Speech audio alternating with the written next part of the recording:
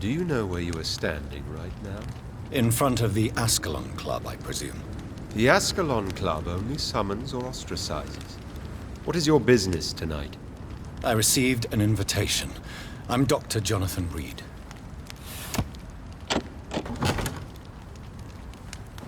Welcome to the Ascalon Club, then, Dr. Reed.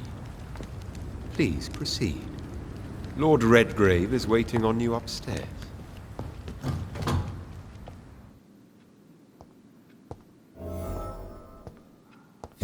Welcome to the Ascalon Club, then, Dr. Reed. There has been quite a battle here.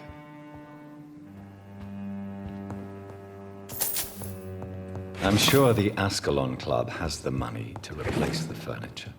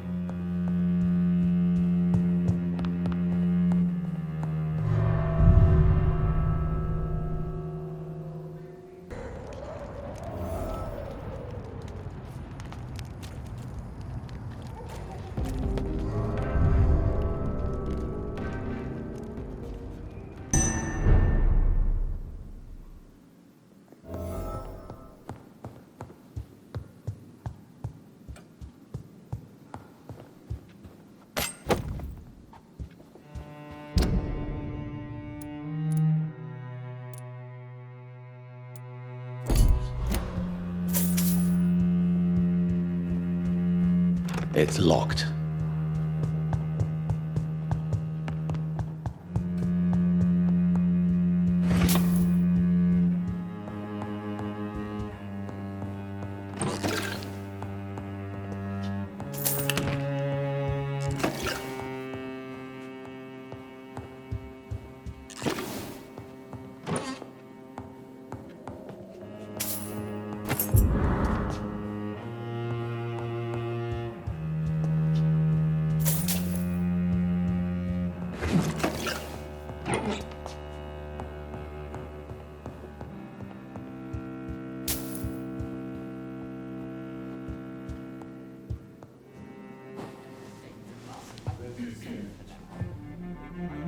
Good evening. We repel the intruders for now.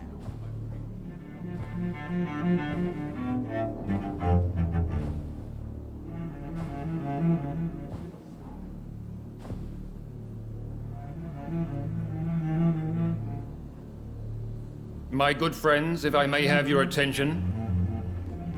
Behold our visitor, the good Dr. Reed.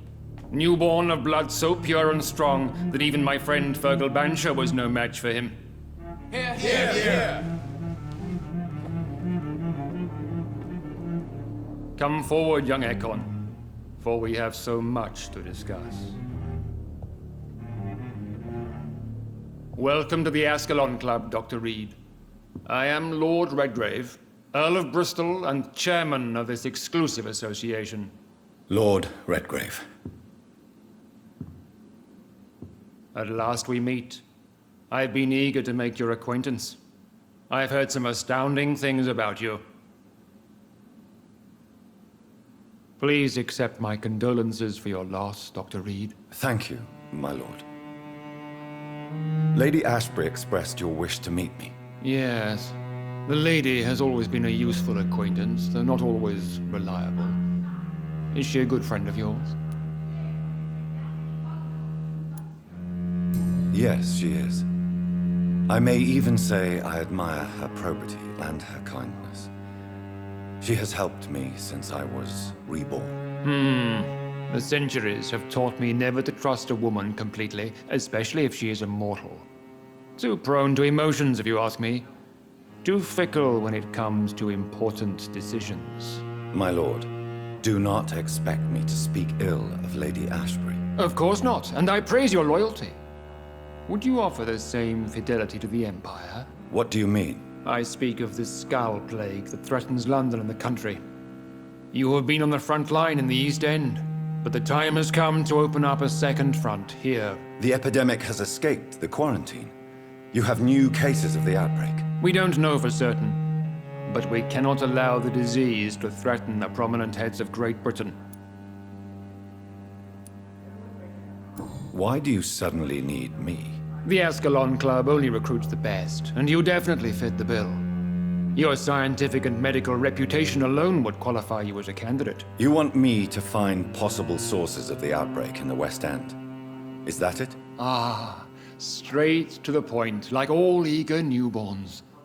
We shall have time to talk about all this, Dr. Reed, but first, I should like to get to know you better. Talk? Is that the only reason you asked me here? Well, no. I also wanted to meet the intriguing Ekon, who made such a powerful progeny of his sister. You have not learned the name of your maker, am I correct? No, I haven't. Have no embarrassment, Dr. Reed. We all make mistakes. But whatever your lineage, you are definitely Ascalon material. What do you mean? I would like you to become a member of the Ascalon Club, and to serve me as such. Before I accept, I have so many questions. Please ask. What does it mean to be a member of the Ascalon Club? It means that you swear to protect the interests of the Crown, that you become a loyal servant of the British Empire. Do you have any official recognition from the government? A charter from His Majesty the King? No. Of course, the Ascalon Club publicly supports the Empire, but the true nature of its members remains a secret. Am I supposed to follow orders? As founder and chairman of the club, I alone am entitled to make demands of our members, and I do appreciate obedience. I killed Fergal, who claimed to be one of yours, sent to cleanse the East End of all skulls. Will his death be an issue? Do not worry. My priorities have changed. Fergal was a zealous servant of mine, but like any servant, he had his limitations and is readily replaced if necessary. What is the Ascalon Club's express purpose? We follow the credo of William Marshall, the greatest knight who ever lived. As was he, we are sworn to protect the British Empire. What does Ascalon mean? Ascalon was the lance wielded by St. George, glorious patron saint of England when he slew the dragon. And like that lance, we pierce the hearts of all our nation's enemies. William Marshall founded the Ascalon Club. Not exactly. William Marshall granted me immortality, and I founded the club a few years later. The good knight has been gone for so long. I agree to join the club. This is good news. Good news indeed in these crucial times. Let's inform the Assembly formally and proceed with your initiation. My initiation? Fear not. Nothing fancy nor dangerous. It is just that we, the members of Ascalon, believe that tradition and custom are the backbone of this country.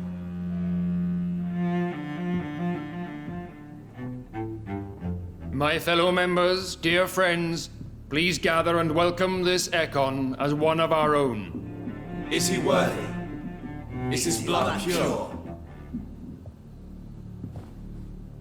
Well, speak, Dr. Reed, in front of the most sacred blood. The blood of our beloved William Marshall, speak now. Will you serve and protect the crown as he did? Yes, I will. Then, young Ekon, it is time to testify with your blood. It is time to sign the Book of Allegiance. I know it's awfully gothic and a tad pedantic, but England's traditions are the backbone of our nation.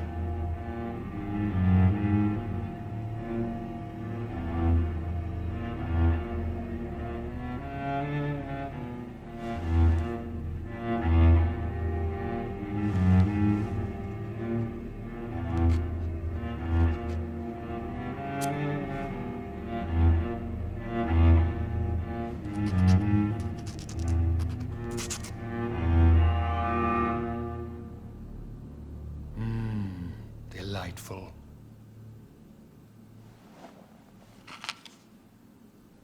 Welcome to the Ascalon Club, Dr. Reed.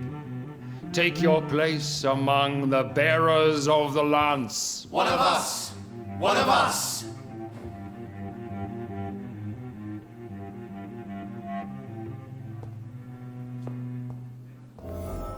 That went well, did it not?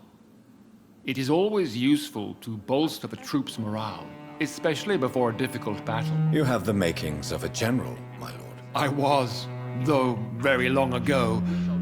Well, not quite a general, but a proud defender of the crown. So why did you really want to meet me? Straight to the point again, young Ekon. All right, let's talk, you and I, Lance Sparrow. I'm listening, my lord. According to my spies, you have worked with Dr. Edgar Swansea on the epidemic, and your findings were quite alarming. Do you know Edgar Swansea? Not personally, but I've been told he has some sort of immortal fetish and is a good friend of yours. Does it bother you that I consider him my good friend? As long as you reveal nothing of the club's inner workings, why should I forbid you engaging in conversation with the good Dr. Swansea? You were spying on me. Not personally. I rarely leave this building. But once he found you, Fergal kept me informed. Until you put an end to his mission. Who was Fergal? I don't see him sipping tea with the others in the club. Fergal Banshire was my squire of sorts. Even before becoming that magnificent beast, he was a brute. He served me well for decades. No, I mean, what was he? He was clearly no ordinary vampire. No, he was a Volcod, all muscles and instinct. Quite the rare breed, ferociously territorial. Mortals often mistake them for werewolves. You do know I killed him. Yes. Will you bear ill will towards me for his death? Of course not. Your victory was quite impressive and courageous. You earned my respect. Yes, I'm convinced the recent invasion of frenzied Scals in London is directly linked to the epidemic. This is not the Spanish flu, but something else. I would be glad to hear more of your discoveries, Dr. Reed, but for now, my main concern is the security of London's inhabitants, both mortal and immortal. What do you mean? Alarmed by the epidemic, the Guard of Prewen has started a war against us British vampires. To appease the situation, we must eradicate the Scals. I have met peaceful and wise Scals. To exterminate them means we are no better than vampire hunters. Scals are hideous, shameful creatures that give all Ekon a bad name. So, what do you want me to do? I want you to investigate the city thoroughly. I have reason to fear there are cases of contagion in this part of town. Our absolute priority is to find and cleanse them. And how would you like me to proceed? By all means necessary, Dr. Reed. You are now a member of the Ascalon Club, and you have carte blanche. Interrogate the locals, follow all the leads you find, and get results.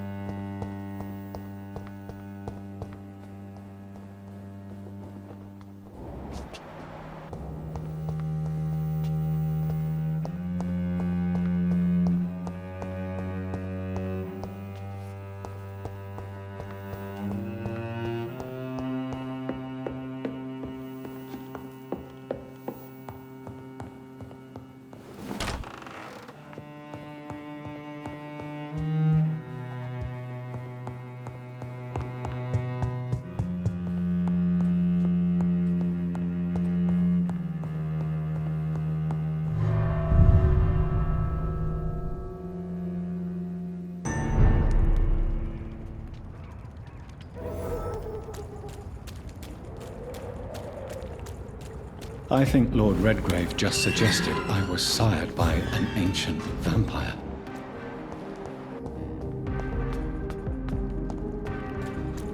I cannot enter.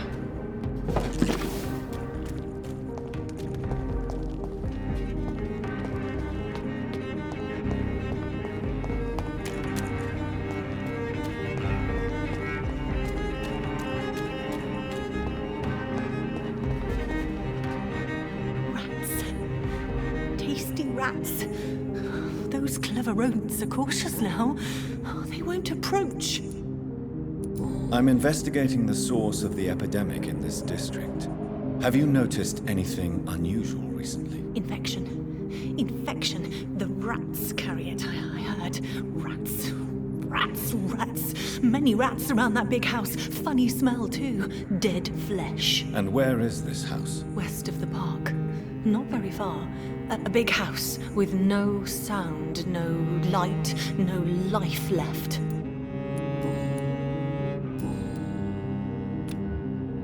I must go now. Goodbye, Miss Billow.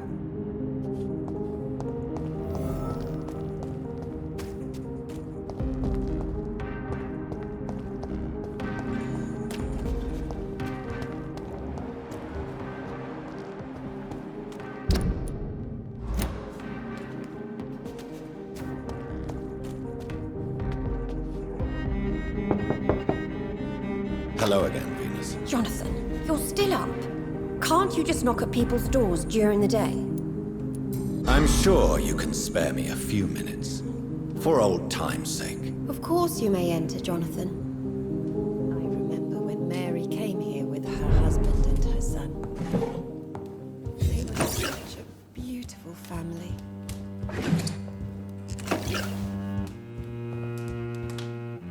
It's a pleasure to see you again, Venus. So you returned from the war in one piece too. Thank God.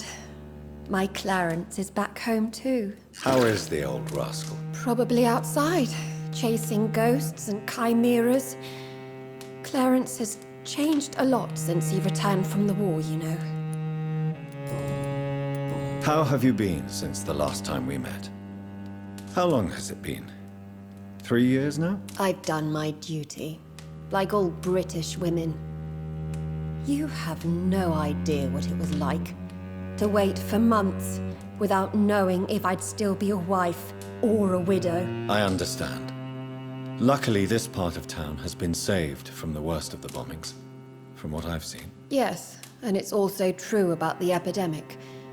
The flu has killed here too, of course, but not on such a large scale as in other parts of town. Have you noticed anything peculiar about the neighborhood recently? You mean except for your return to town? No. Oh, and again, Jonathan, please accept my condolences for your sister. Thank you, Venus. It was so sudden, and I've been so busy, I haven't spoken to anyone about it. I wish I could have assisted at the funeral, but you know, it's been so quick. And what with the epidemic in the streets? There's no need to apologize, my dear. It's normal, considering the circumstances. No, it's not. I am sure that Clarence has not even thought to present you his condolences. He is too busy with his penny dreadful stories. Why is my return so surprising? It's more an unexpected happy end than a surprise. You and Clarence, back from the war. You have no idea how hard it's been for me.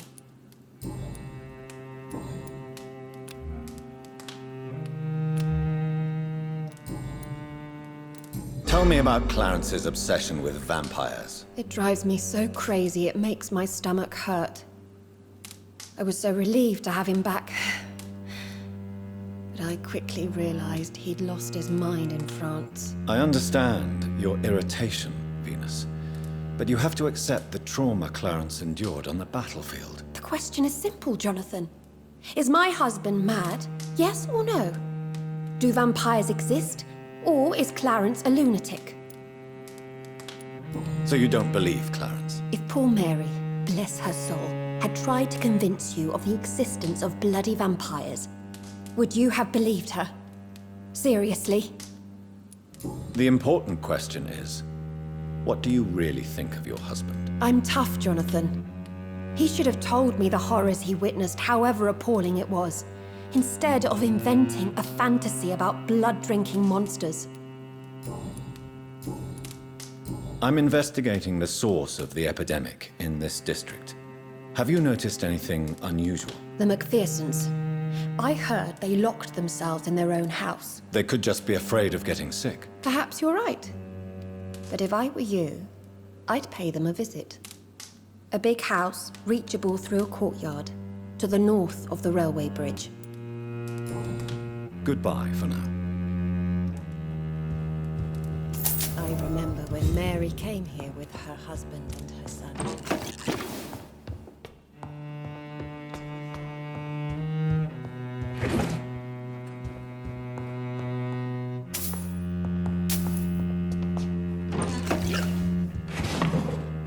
It's locked, all right. It's locked.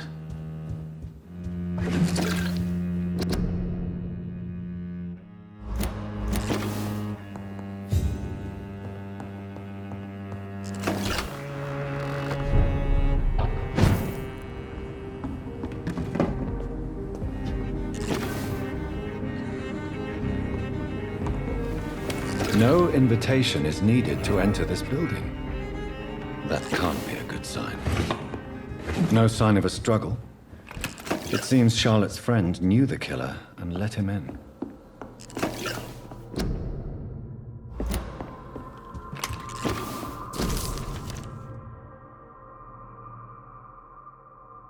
Emily wanted to become a vampire. Something must have gone wrong. Someone is responsible for this mess. But who? Blood. I should follow the trail.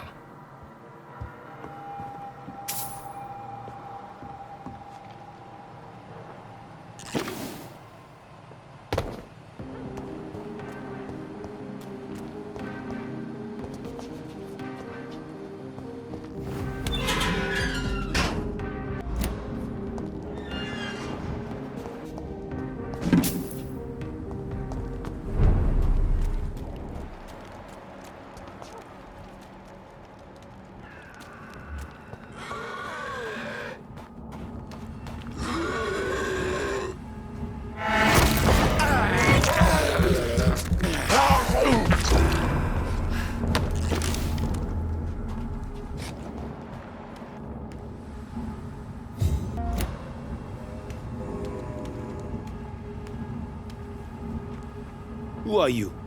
What are you doing here? I could ask you the same question. I'm the Marquis de Bois-Colombes, and I strongly invite you to find your own game, sir. I'm not here to sustain myself. I'm currently investigating the death of a young woman killed by a vampire. A young woman killed by a vampire? Oh, you're joking, right? Oh, I do love the British sense of humor. And who exactly are you? I am Jacques-Michel Guillaume Florimond de Marquis de Bois-Colombes, at your service, my dear cousin. You're French, but your English is quite good. I was born in France, sir, but I consider myself a traveler of this world. So many countries, so many tantalizing tastes. Dear cousin, are we related? We could be of the same blood, my dear. I tend to consider all Econs as family, don't you? What are you doing here? I recently decided to visit London. I've always dreamed of visiting a city on the verge of collapse. Such a delicate, yet intense spectacle. You take pleasure from others' misery. I have been a totally depraved and immoral creature since the day I was reborn, sir. And probably before. What do you plan to do here? Take pleasure. Take pictures. Enjoy the show. Have fun. Believe me, I won't be the only foreign immortal who bought a ticket to the fair. I followed the trail of blood from her room to here. Oh, you're referring to that young woman. Yes, the meeting turned messy. I'm afraid I ruined my last redingote. So you admit you murdered her? I admit nothing, my good sir. I only regret the blood of that girl staining my clothes. Oh, blood can be so messy. What happened? She wanted to become one of us. Not the first time I have received such a proposal, but I must admit her direct approach tempted me. And then what? The body rejected my blood. It happens, you know, sometimes even with voluntary prey. At least her gurglings brought me some fun, until the artery burst.